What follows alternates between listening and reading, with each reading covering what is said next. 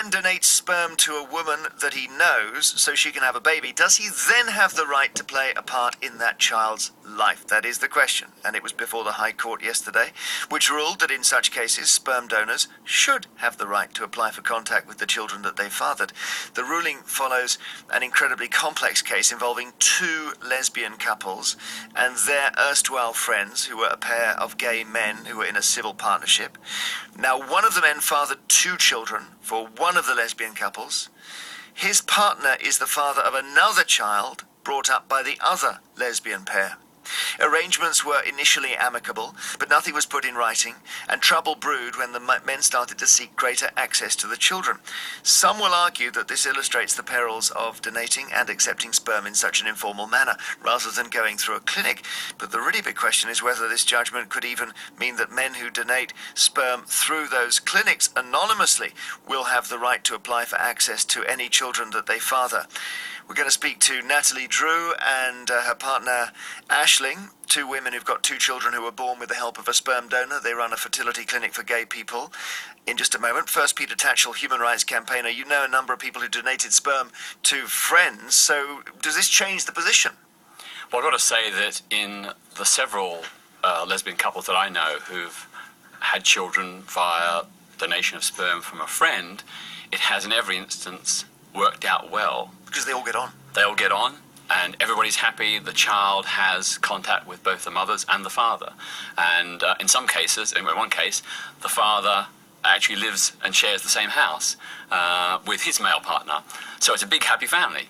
But I've got to say that as much as I'm very strongly in support of mothers' rights, I'm equally in support of fathers' rights. And I think it's very important that we encourage fathers to take responsibility for children and to get involved in childcare. And sadly, too many men think it's women's business.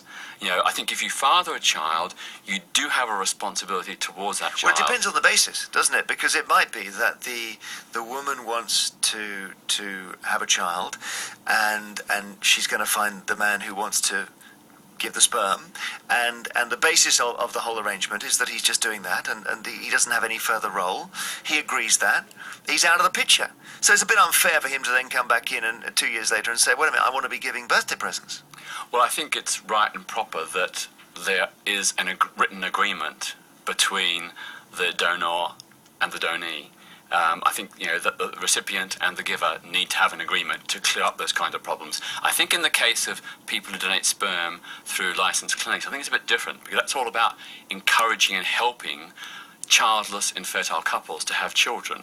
And I think it would be very wrong, for example, in the case of a married couple where the husband is infertile, if the wife receives a donor sperm and has a child, it'd be very wrong and potentially very disruptive for the marital relationship if the donor could have equal access. So I can see in those circumstances that would not be a good thing. Okay. But I think in informal relationships between friends, I think the friends should actually draw up a contract and an agreement and then stick to it. Let me go to Natalie Drew. Now, I mentioned, Natalie, you're in a lesbian partnership and you have got two children born with the help of a sperm donor. Is that correct? It is, yeah. And can I ask, is it the same sperm donor for both children? Yeah, it was. We first was introduced to the donor through a website, and after we'd conceived the first child, we details, and then we kept in regular contact, you know, emails and so on. And then when we came to try Kai, we contacted again and tried for Kai. That took a little bit longer, so it then meant that a relationship was formed with Gia and her dad. And so now that, you know, we agreed to access, so the children both have contact with him quite regular. What if he had wanted access and you for whatever reason, you didn't want to give it? Do you feel morally you could have said to him, I'm sorry, we had your sperm, we're really grateful, but there was never any agreement that it goes beyond that? Yeah, I mean, we drew up an agreement, a contract with a solicitor prior to conception.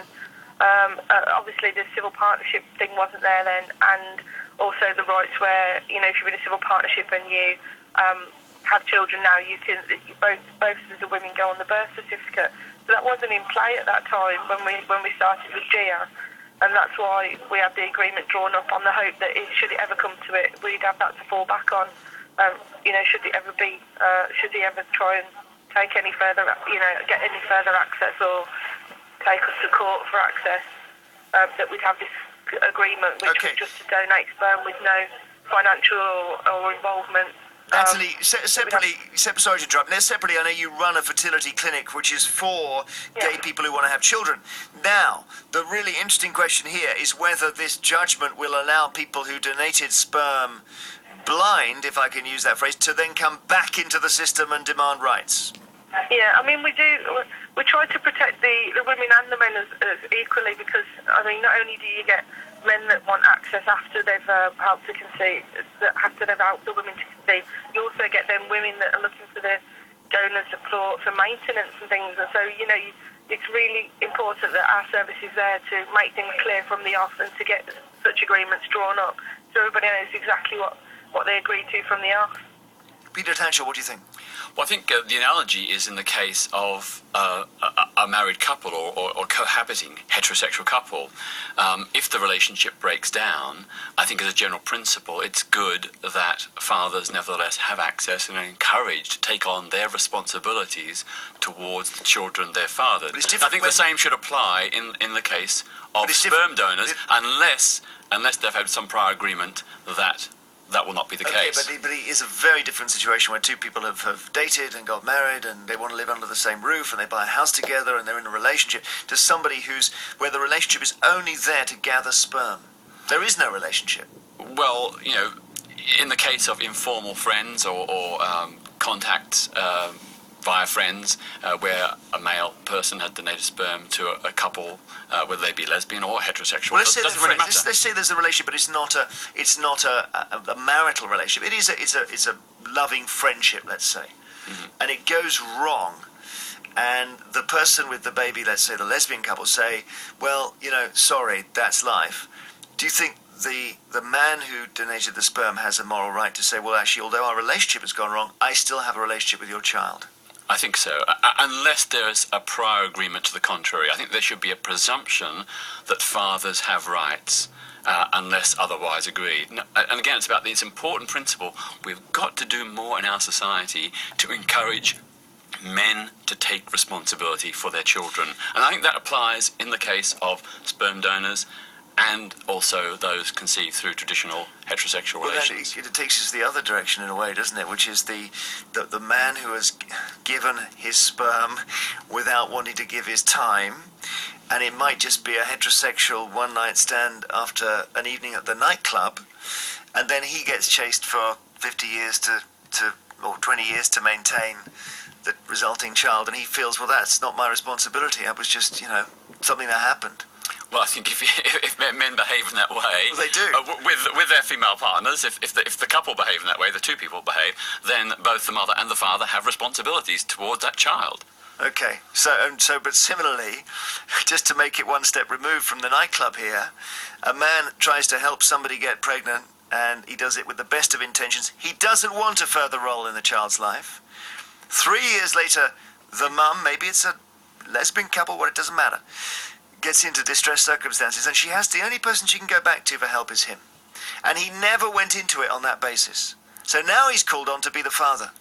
Well, again, I think the responsibility is for him and the woman involved to draw up an agreement, to make it clear what they're getting into and what rights and responsibilities they are jointly going to adopt. And I think the fundamental issue here is the children, the welfare of the children. And I think it's very good and very positive that children have loving, supportive parents. And if one parent wants to get involved and the other parent doesn't want them to get involved, they have to work that out for the sake of the child. And have you ever done this yourself? Have you ever donated sperm to a friend? You don't have to answer. I've been asked, but I haven't. For what reason?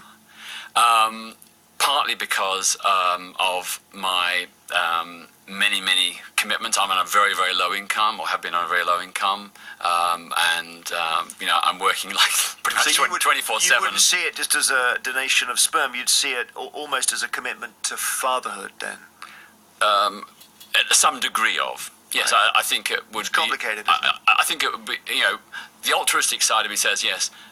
Donate sperm to help an infertile couple if they're heterosexual, or donate sperm to help a lesbian couple who need it. Either way, I think that the altruistic motive is fine, but then I think, for me personally, I would feel a moral obligation to be heavily involved in caring for and upbringing that child. Thank you very much, Peter Tatchell, human rights campaigner. Radio 2. It was very